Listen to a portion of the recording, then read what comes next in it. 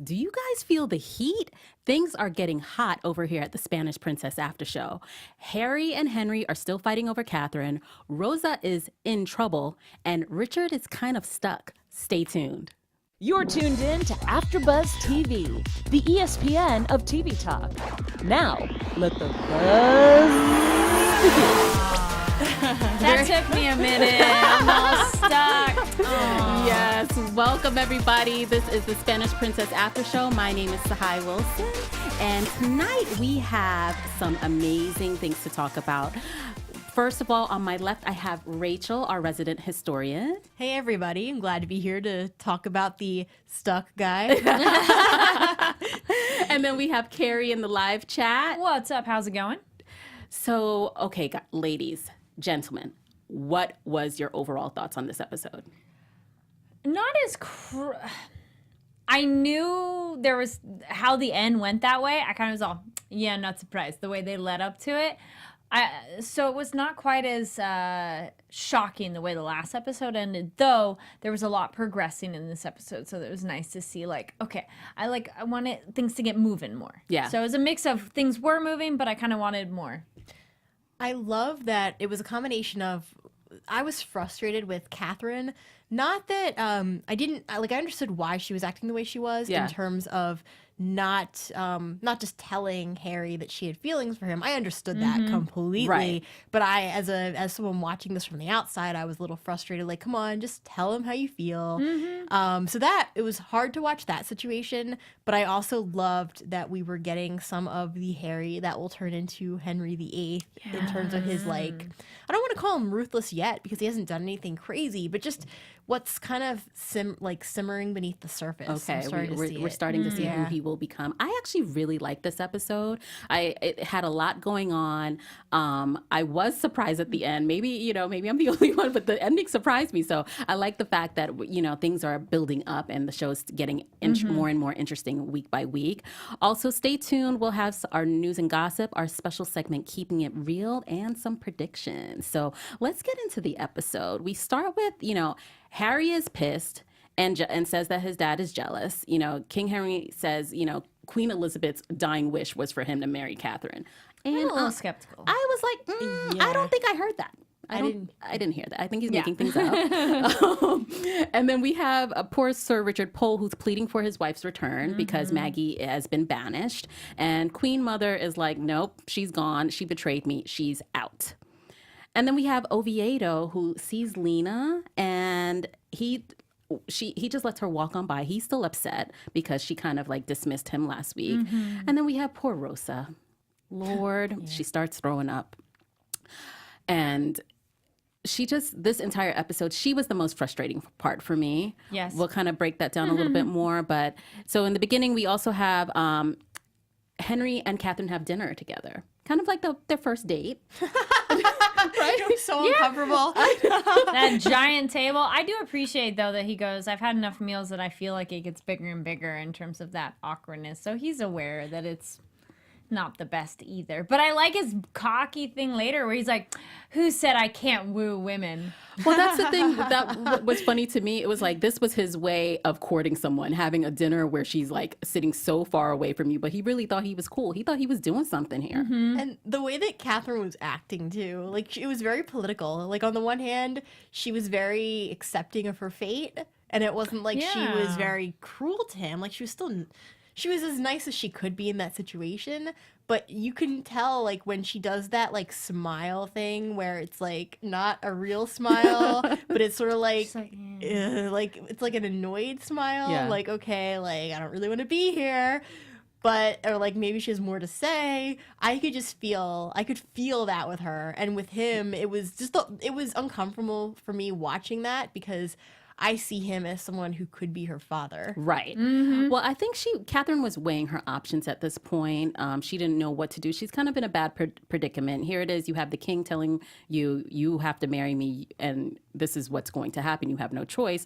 And then, Harry, who's like, I love you so much. So, and then she's just trying to also think about what her mother's going to think as well. And that's the part that really upset me the most was how Harry was treating her. I felt like he wasn't being fair. And even though she tried to explain to him why she wasn't just running into his arms and why she was just resigning to this situation, is because she couldn't just say, you know, no thank you to the king. Like, okay, you do that, you might die. Exactly. And two, like, she is a political person. She did want to be the Queen of England. So for her, like, okay, like, she really has to think about what she's going to do. Yeah, every decision has to be calculated. Like King Henry said, you and my wife both had mothers that not so much raised you, but smelted you. So she has to be strong and calculated. She can't just like fall into the arms of every man that falls in love with her. Now, did we think Harry actually loved her? No. Nope. I mean, he said it. I thought he seemed so sincere when he said it. He was like, "I love you." I was like, oh, so beautiful. I think this version of Harry might think that he does. Okay, but and this could be coming from what I know about King Henry VIII too, and I'm trying not to let that affect my judgment. Right. But even Margaret was warning Catherine, "Oh, I feel bad for you if you love him." For her to say that, a person who really knows Harry, right? I know that with him, he just wants her as his possession, and that it's a game for him, a conquest. Like I don't trust his feelings. I know, but what do you think? He does like. I think this version of him now likes her, right? But via poll, I do think it's elaborated on a little bit that he can be quickly infatuated with things and change. So even if he is in love with her now, it's not a like long-lasting test of time love. Right. I brought this up. I saw Neela J in the chat. Harry loves Catherine. I was kind of shocked at that. It seemed more like lust and infatuation and a maybe he likes her. And you know what? Again, they're changing things for the show. But I think also Harry's not used to not getting what he wants. Yes. He's used to getting everything he wants. He even got his brother's fiance without trying, you know what I'm saying? Like he just put in a little bit of effort, threw some letters to her, and got something that he wasn't even supposed to have. And I love how, even though we don't quite see what he's capable of yet, they are setting it up so that in the future, when Harry does marry Catherine, if these are the kind of fights they're having now where he's not understanding what she's going through, even though this is obviously not a fight that they would have in the future, it's setting it up so that we know that he is not going to be an understanding husband in general. And that if his mind is very like, you know, one track and, oh, well, I'm right. And if you don't agree with me, you are wrong and we are going to have a problem. That goes exactly. I like that with Sadie Cat TV in the chat says Henry only cares about what he needs. So I think he might love her now, but it's very much in the now. Right. I think also we saw Harry be more calculating during the meeting that we'll talk about. So we'll wrap up this date scene. When Catherine brought up Elizabeth during the date, do you think that was because she was being calculating, or she was really interested on how Henry felt about his ex? I think she was being calculating because she brought up Arthur in the same conversation. Exactly. And I think she was trying to say, you and I shouldn't be together.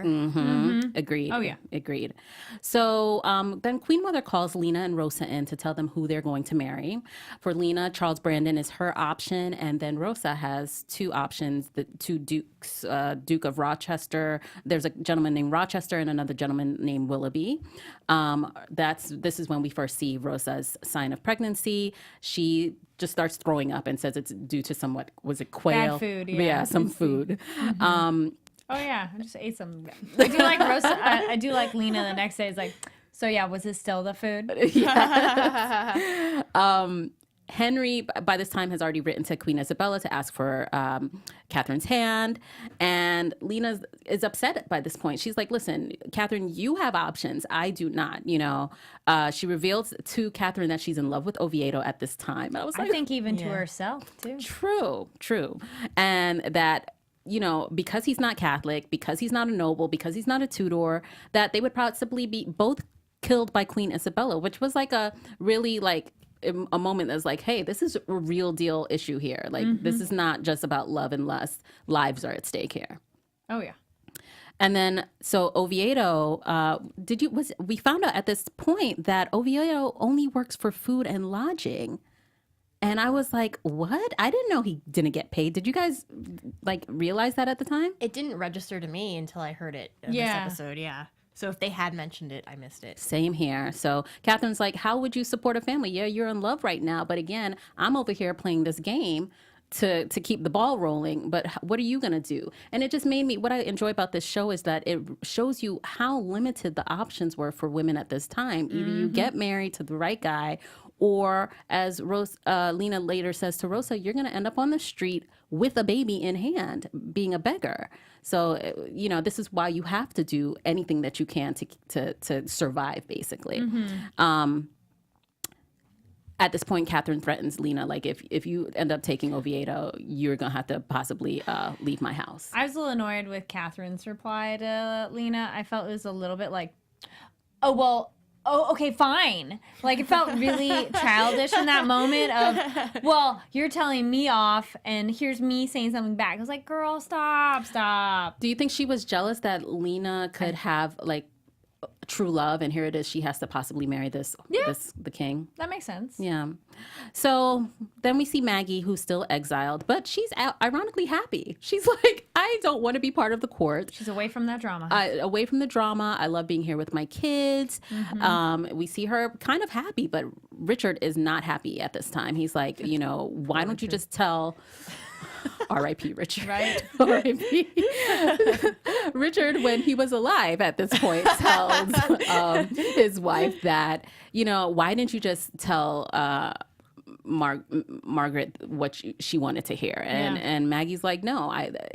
What I appreciate about Maggie is that she is really sticking to her guns. I think once you tell a lie, you also have to stick with it. And then two, she really has principles, which we don't see with many characters in film and projects like this. And I think also it's her standing up to the royalty that she doesn't like. True. Of like, I'm not going to bend and break for them. And even if she doesn't believe in the lie that she didn't lie. She omitted truth. True. But even if she didn't, I think she doesn't want to cater to them and be one of their tools. Yeah, and she's been through so much because of them already that I almost felt like when we saw her last speaking with Queen Mother, that it was almost like she did it as kind of like a, you know, screw you for being like this to me. You know who that reminds me of? Our dearly departed Princess Diana. She always stuck it to the royals. Yeah. R.I.P. Diana. Yeah. Moving on. So Richard asked his wife, listen, because he sees this book that Maggie has received from her cousin, who's starting the rebellion. He's like, if you've had interactions with him, let us know. And again, Maggie's like, no. So she lies to her husband right here. We'll see how this will affect her. Did she throw the book? No, she ripped the page out? Dedication page. Got it. Okay, interesting. Then Harry tells Catherine, listen, we have to fight for our love. And Catherine's like, I don't think that's what we need to do here. She says, I'm still figuring out my choices. And as we've established, Harry does not like this at all. Then we see a little shot of Meg, who is welcomed at Dalkeith Castle in Scotland by her husband, whom she seemed pleasant towards. Yeah. I was surprised by that. I don't know if she was told misinformation. Often is the case when you don't like your enemy, you like paint them very poorly. I think she was under the impression, I was too, that he was going to be some old, like way older than her. Right. Like, you know, 40 to her 15. Yes, that's really old. But I envisioned something more like 60s. Like he was more grandpa. Decrepit. And now it's like, oh, hi. Distinguished gentleman, right? She's like, hello. Okay. Like you see when she looks up and she's like, okay. I can get used to this. I can do this. And it reminded me that for her, she probably hasn't had much male attention. She hasn't had like a first crush. So she goes straight from first crush to husband. Yeah. So. But has to take care of the bastard kids, which was interesting. I do like Maggie going, yeah, better you for it. Because she's like, I can't do that. Yeah. So Maggie writes Meg this letter after responding to a letter Meg wrote her, kind of checking in. So these children now, there were a lot of them. And they're basically a couple years younger younger than Meg, so they're kind of going to be like buddies, right? Yeah, and I mean, the thing is, though, it's She probably liked not her younger siblings, though, so maybe it won't be too bad to hang out with young kids for her. Yeah, and like I'm sure they have like other people actually taking care of them. So she probably just has to show up and see them, not like change diapers, not feed them. Like she has a good deal, especially if it's she's married to a person who seems like he's nice, right? From that initial meeting. Now, yeah. I mean, all she has to. I guess Meg is going to be the cool mom. Yeah. The really cool mom. Yeah, she's gonna be the really cool. She understands my preteen needs issues because she just went through them. Exactly. We also like to fill all of your needs here at AfterBuzz. And we want to tell you about some of our other shows. Yeah, we have a few different networks here, and right now you're on the drama channel. We also have reality TV. We also have red carpets, animation, and a sci-fi fantasy one as well. So go check those out. Make sure you subscribe to get those notifications, and it really helps us because we love hearing your thoughts on the show. Leave comments down below. Click that thumbs up, iTunes 5 stars because 1 through 4 don't work. And thank you for helping us be the ESPN of TV talk. Yes, and there were a couple of you who commented last week in our, let me grab those. Comments, and we always love hearing from you. Please continue to do that. So some of the people who commented last week, we have Hubby Joe, Sadie Cat TV, Joanna Rodriguez, Aria Davis, and thank you Thomas Roswell, and make sure it's in the replies. There's more people. It's really great, all the extra information everybody provides. Thank you so much, because we have an historian, but still it's historical fiction, so it's fun to hear the facts from all of you. So thank you very much. Yeah, I feel like it's a team effort. You give us stuff, we give you a little bit, and we're all getting through this together. So back to the show. So Rosa at this point is still sick, and she can't remember when she got her period, and she wants to tell Stafford. How naive is Rosa during this entire episode? Yes. And Kari, you asked me what's going on with her. I attribute it to just youthful naivete. Like she's really just young, dumb, and as they say, full of cum. Well, that's true. That's how you make the babies. Exactly. And I mean, I just, as soon as it happened, first, my husband, You mean Hubby Joe? Hubby Joe, love him. Thank you, Hubby Joe. You're a regular. We love you. He's like, why is she standing in front of the Target? Because we both thought I thought he was gonna shoot her too. Yeah, okay, it's cool. And he's walking away, and then she's smiley, happy, and then done. I know we're not at predictions, but dude, I feel she's gonna die. Yeah, he's gonna get rid of her. We're gonna get to that. I feel it's naivete, and she's just that inexperienced. But it's unfortunate because you can not be experienced with something, but not be stupid. Right. Because Lina is a little older than her, but still young, and doesn't have this sense of. She's even no, this is not a good idea. This is a bad plan. I'm going to be a practical response to what your bad actions resulted in. Right. And, Rosa, I'm like, girl, stop. I know. So stop. Lina has to take care of the Infanta, Catherine, and then now she has to take care of Rosa. So I think Lina comes from a different background. She's kind of, had to pull herself up by her bootstraps. I think Rosa possibly may have come from a little bit more. So this is why she didn't learn anything. She's not street smart. Very true. I don't think Rosa has any of that.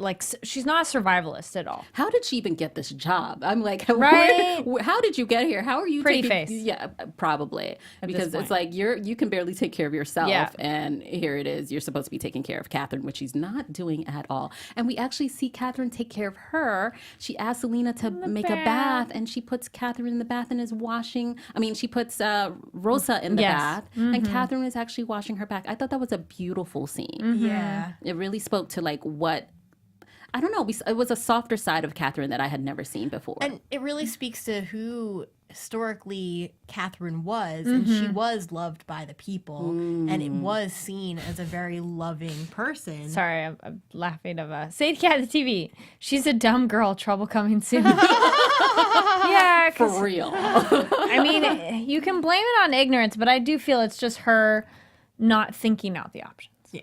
And actually, sometimes are building a dream in your head because that's what you want, but in reality it really can't happen because he is married, okay? Yeah. Goodness. So speaking of being loved by the people, that's something that Harry also said. He was like, Harry earlier found out that Edmund de la Pole was in London and kind of told his family about it, like, duh, you guys didn't know, but I did because I'm in the brothel. I mean, brothels, I don't know, in the pubs, we'll say. Yes, he's entertaining multiple different ladies, and he finds out information unlike his father and grandmother who do not. So I found that interesting. When this is a harsh reality for Rosa. She's an unwed mother, a pregnant woman with no husband and very limited options. And Lina tells her, listen, you could be flogged, you could lose your place with the Infanta, and you'll be in the streets with the baby. And I was like, that's harsh. So then King Henry and Lady Margaret are having an update Privy Council meeting. And that's when, as I mentioned, Harry updates them about Edmund de la Pole. And that's where I saw this other side of Harry, where he was like conniving and strong-willed. I thought in this episode, he was actually sweet towards Catherine, like, as he was like just trying to be like, please, please, please, like pick me. I feel that way too. I just think at the same time, like beyond his desperate, like he didn't come off as desperate, but I feel like to him that was being desperate. And I think that it's just, he just didn't have a kind way. Like he wasn't handling it with her the kindest way. Got it. He was putting pressure on her, not letting her come to her the decision on her own. He was like, hey, remember, I'm here. But at the same time, when you think of like a typical romance, you think of, even if the woman or man can't be together, then they, or in this case, they would at least profess their love for each other. Yes. And I think that might have been his problem. Yeah. Is that there was no profession of love, and it was just, I can't be with you, sorry. Yeah.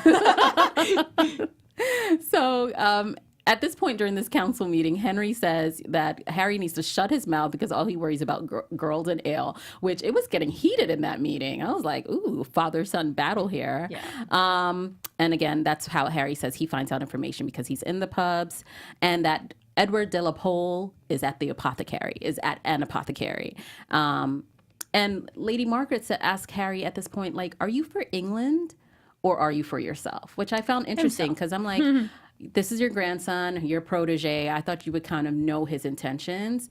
And so the fact that he's kind of defying her, anyone that defies her, she's like, I don't know about you. So I feel like he's got to watch his back the way he's kind of acting up towards his grandmother because she's a little diabolical herself. So you never know. Lina then goes to Oviedo to ask him how she can take care of Rosa's problem. And what did you think about Oviedo being offended by her asking him where she can go get something to give Rosa an abortion? It wasn't the ask, but it was, she doesn't want to make herself look bad, but she's okay with him looking bad. So he goes, okay, fine. You don't want anybody to think poorly of you, but they're going to look at me thinking I'm the problem. Right. And I think he's offended by that. And I mean, it makes sense of like, I'm going to stay over here and do this. Can you go do this bad thing for me? Cool, thanks. Yeah. And I think he's already fed up with her at this point. Yeah. Because she's turned him down. And I think he feels like he was turned down exactly for the reason that he was, that his station isn't high enough for her. Yeah. And at this point, he's like, by the way, I got a promotion. And her first question was like, is there pay? Ouch. She kind of says congrats a couple seconds later, right. But I'm happy for you. And he's upset about that. He's like, Lina, everything is not about money. And I think that's the issue with him. He's like, I love you with or without money, no matter what. And she's like, it feels like her love is like contingent upon, at times, contingent upon how much money he has and his status. But based on survival, it makes sense. Yeah. Like today's world, that's a little different. Exactly. But then it's like, well, what are we going to do? Exactly. And then Catherine has already put this in her head. Like, you need to be thinking like about the logistics here, not just about the love. So Lina goes to the whorehouse to get a potion or an herb or a stone to try to move this abortion along, which I found interesting. Because I was like, I didn't know what people used at that time. I thought they were going to throw her down the stairs. That's what I thought too. I thought that it was going to be some weird procedure, and that all Lina was doing was going there to talk about it, right? To find some kind of time to bring Rosa there. I didn't know that they were going to give her something. Yes. And then when we cut to Rosa, I thought it was, okay, we're getting ready to see the people come in and do this. Got it. See, our minds were in a different place. But all she got was something in a little bag. Yeah. And she also sees one of Rosa's suitors at the whorehouse. Getting his freak on. Now, can we talk about this scene here at the whorehouse? It was a lot more graphic than I expected. Did you guys expect it to be that graphic? It's stars. Okay. I mean, I watched American Gods and Stars, and that one had everything. Okay. So I was like, well, we get some booty. I thought it was interesting that we get a submission person as like one of the people against the wall, and she's like, "Put this on your head, slave." And like so a it's like, dominatrix? yeah, that was like one of the people against the wall. I was like, oh, okay. But it's all these men that they're in these positions of power, and some people like to flip. And I thought more. Okay, everybody, no kink shaming or anything like that. But I don't think I would ever be that excited with people so close next to you. Like it was like each stall had people going on. Yeah. Like I'd be like, can I get some space? Private room. This felt too public. Yeah, I've heard stories, and men are gross. Some men are gross. Not your husband. But other men You're that Hubby Joe? Hubby Joe, you're great. Hearts. But other men are disgusting, and they don't care about those things when they're in the moment. Because it's not even like it's a group orgy or anything like that. Well, it kind of was, and they don't. It just it wasn't. Yeah, we've seen lots of brothel action from Game of Thrones, also. And I was gonna say Outlander. I was expecting it to be about what it was because it reminded me. There are parts of the show that definitely remind me of Outlander. Got it. In a way. Got it. Yeah. Well, the madam also offers Lina a second side hustle if she wants to work at the brothel, and says how much money that they could get for her, or if she couldn't pay, this is how she would have to pay the debt, which I found very interesting because Lina's like, no. And then, Neela J brought this up too. So the lady at the brothel said Lina would make a lot of money. Also referring to how black women were fetishized? Question mark essentially. Yes. Often, even if the other is a negative thing, as in like the enemy, it's still the other, and that can be easily fetishized. Yes. And she's different, so he's like, "Oh, lady of the night," and you're like, "Ooh." Enticing, like, because nope. and plus they had never seen, there were very few people of color in that area at the time, so they were like, she was really going to be a hot commodity, but hopefully her fate never takes her back to the brothel. Then Lady Margaret updates Harry to let him know that Edmund de la Pole had escaped, and she is pissed, but she also then brings Harry, were these prostitutes? So grandma, this part kind of high class ones. Okay, I feel these are call girls. Okay, so grandma, she's upset that Edmund has escaped, but she wants to kind of test whether or not Harry is still in love with Catherine. Am I right? Mm-hmm. And I think it went beyond that too. Like I almost thought, it could have been a test, but also I think that she wanted him to stop thinking about Catherine and to get over it. And I felt like this was going to be lust. Yeah. And I thought that like she was wondering if he had ever been with somebody, and so she was trying to say, here you go, you can be with whoever you want to be with. You can pick any woman. Right. So just if you want to fool around with people, here you go. Like here's some people. Right. And I think she also wanted to distract him from being involved in any political discussions because she's like, here, I know this is your weakness. Here, take a few of these women and choose from them and stay out of our meetings. And I find it interesting. I actually thought that Harry would do it. I didn't think he would. Too. The way that he was looking at them. Now, I'm thinking back, and maybe wondering if he was looking at them the way he was because he knew what his grandmother was playing. Or they're too easy. Yeah. He's like, nope, he wants to challenge. Right. Yeah. I think he also saw what she was up to, like you said, because he's her protege, so he knows her moves, and he's not going to let them sway him. And I was proud of him. I thought that was a cool scene. We see her go, she says, I'm going to pray, you do your thing. And then he comes in there with her. I was like, ooh, good for you, Harry. Good for you. He, at this point, he says he doesn't want the whores, and he came to pray with his grandmother, and he says what he feels for Catherine is real. And I don't know, in this episode, Harry was really telling me everything I wanted to hear. I was like, he so loves her so much. Well, she even says Catherine says, like, you can move words to your whim, I know. essentially. See, I'm like Rosa. I'm falling for everything. I was trying to look through. So there were different remedies, quote unquote, for the abortions. So there's like other treatments and stuff, but it's definitely a weird concoction of stuff. I mean, you can look it all up. But cause she said put it in, and so I'm assuming it's some kind of essentially a toxic something to kill. But I'm waiting. There, I'm like, but then Rosa probably could die, and I think those probably happen too. Of like very much so. Yeah. And again, this show speaks to the struggles that women had to go through. And some of those struggles still continue today. Yes. Because abortion is still a hot button issue. And so, yeah. Lina brings Rosa this old school abortion pill because I didn't realize, I thought it was going to be like something that she had to drink. I didn't realize it was something she would have to insert. Yeah, I thought it'd be something like you would consume as well, not a... Yeah. Yeah. So Rosa's scared, and at the time I was like, okay, you're scared of this weird concoction, but you were not scared of having sex with the married man. Mm-hmm. I think she seems more scared that she goes, I don't want to kill my baby. I felt I would be more worried of, is this going to kill me? Well, also, she's a good Catholic girl. Yeah. So, I had a good Catholic girl. It's okay having sex outside of marriage with a married man, but don't kill that baby. Maybe she thinks it's a common law marriage or something. Yeah. Their love is what binds them together. Yeah. So Catherine tells Harry that she has to marry the king because the king has said so at this point as well. Mm-hmm.